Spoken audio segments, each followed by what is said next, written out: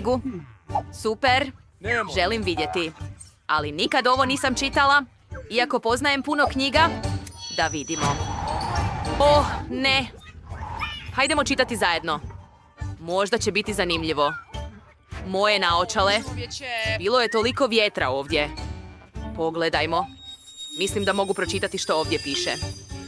Moje riječi lete prema nebu i vraćaju objekt u njegovo vrijeme. Pa što onda?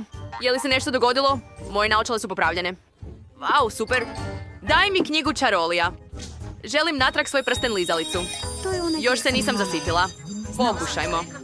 Moje riječi lete natrag na nebo, vrate predmet u njegovo vrijeme. Super. Uspjelo je.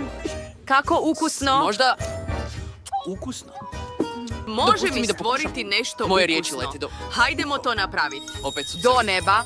Dvije. Vrati objekt u njegova vremena. Kako odvratno. Nije ukusno. Ne želim...